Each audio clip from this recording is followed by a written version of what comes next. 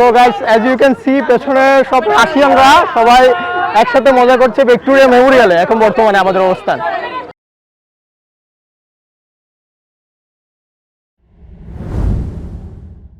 Hello Kolkata, this is the first day of Kolkata.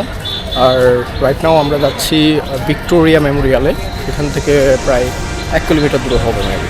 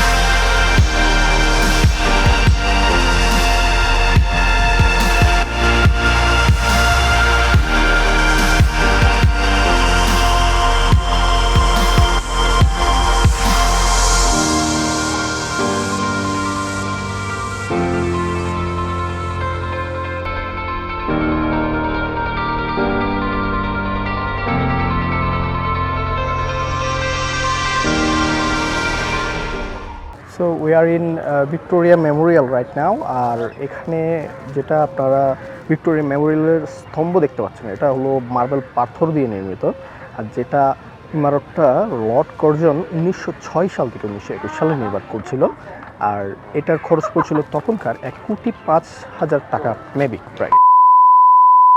না, আমি ভারতীয় কিন্তু এখানকার না, আমি আসাম। আচ্ছা আচ্ছা, আসামের। এখানে ঘুরতে আসছেন? না, অফিসিয়াল কাজে আসছি। আচ্ছা, তো কে আসছে আপনার সাথে? না, আমি একাই আসছেন? আচ্ছা, আজকে আসছি, গতকাল আসছি, অফিসের কাজ দুদিন ছিল, কালকে ফ্লাইটে চলে যাবো। আচ্ছা আচ্ছা। সো এই দাদাটার সাথে দেখা হয়ে গেল। আর দাদাটার নাম হলো, দাদার নাম কি? জয়ন্ত দেবনাথ, যে কি আসাম থেকে আসছে। আমরা বাংলাদেশ থেকে আসছি, দাদাকে সব কিছু শেয়ার করছি। দাদার এন্ট্রি টিকিট কত নিল? না, আমার তো ভারতীয়দের জন্য 50 টাকা করে। আচ্ছা আচ্ছা, আমার কাছ থেকে 100 রুপি নিল, আর দাদার কাছ থেকে 50 টাকা। না, একজনের 100 আর দুজনের 200 রুপি। আচ্ছা আচ্ছা, ওকে। তো গার্ডেন এরিয়া কেমন লাগলো? ভারতবর্ষে অনেক অনেক সুন্দর, সবাই অনেক মিলন, মানে মিশুক টাইপের আছে, সবাই অনেক হেল্প করে আমাদেরকে।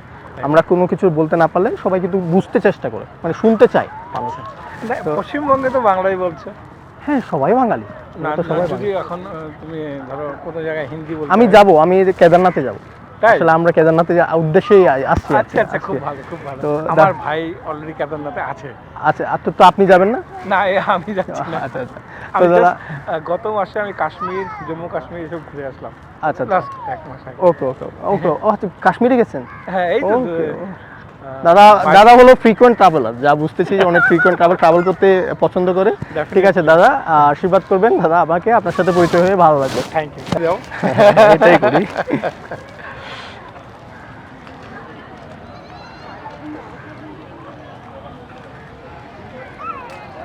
আচ্ছা, এই যে এটা আমি এইখান থেকে ব্লগিংটা শুরু করছিলাম। এটা আমার ব্লগিং ছিল, এর আগে থেকে টুকটাক করতাম, বাট এটা ভিউ তেমন একটা পাই না। বাট এখান থেকে আমাদের ভিউটা ফলো দিয়ে রাখছি। হ্যাঁ, ঠিক আছে দাদা, ধন্যবাদ। বাংলাদেশের কয়েকজন আছে আমার ভালো ফ্রেন্ড আছে। আচ্ছা আচ্ছা, ঢাকাতে আছে, তোমার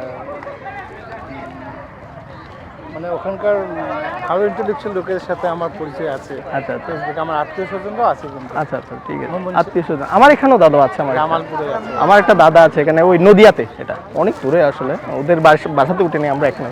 তো দাদা ঠিক আছে, ধন্যবাদ, ভালো লাগলো। অ্যান্ড এই ভিক্টোরিয়া মেমোরিয়ালে আসলে অনেক ধরনের মানুষ পাওয়া যায়, যেটা বিভিন্ন কান্ট্রি থেকে বিলং করে। লাইক আমরা রাশিয়ানদেরকে দেখলাম, আফ্রিকানকে দেখলাম, প্রিটি আমেরিকানদেরকেও দেখলাম মেবি। আর এই জায়গাটা অনেক ফাঁকা একটা জায়গা, দেখুন কোনো মানুষ তেমন কেউ নাই। সো এই জায়গাটায় আপনি অনায়াসে একটা দিন এমনিতেই কেটে দিতে পারবেন। এরকম একটা ঠান্ডা একটা জায়গা এবং অনেক বড় একটা এরিয়া, অনেক বড়। ভিক্টোরিয়া মেমোরিয়াল ভিতরে ভিডিওগ্রাফি অ্যালাউ না, সো আমরা ভিডিওগ্রাফি করতে পারিনি। আর আমরা ভিক্টোরিয়া মেমোরিয়াল থেকে বের হতে হতে প্রায় 6টা বেজে যায়।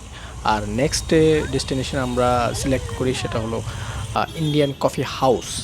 আর এই ইন্ডিয়ান কফি হাউসে যেতে আমাদের প্রবলি 100 টাকা লাগছিল।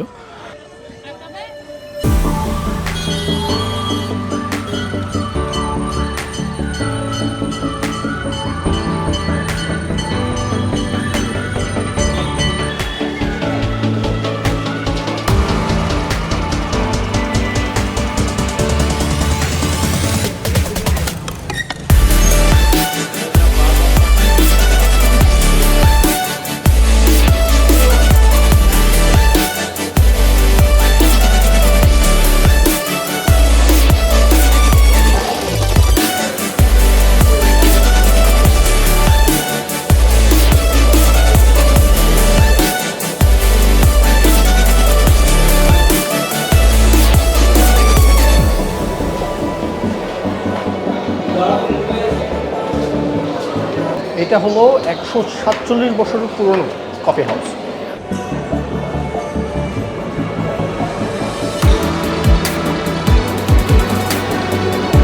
ভেতরের ডেকোরেশনগুলো খুব একটা পুরনো, আর সবাই একদম শাহী পোশাক পরে। আমি বুঝি না এই গরমের মধ্যে এই পোশাকগুলো মেনটেন কীভাবে করে।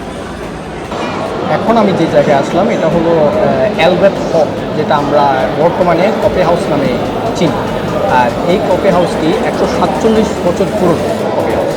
আর এইটা 1876 সালে অ্যালবার্ট হল নামে পরিচিত ছিল।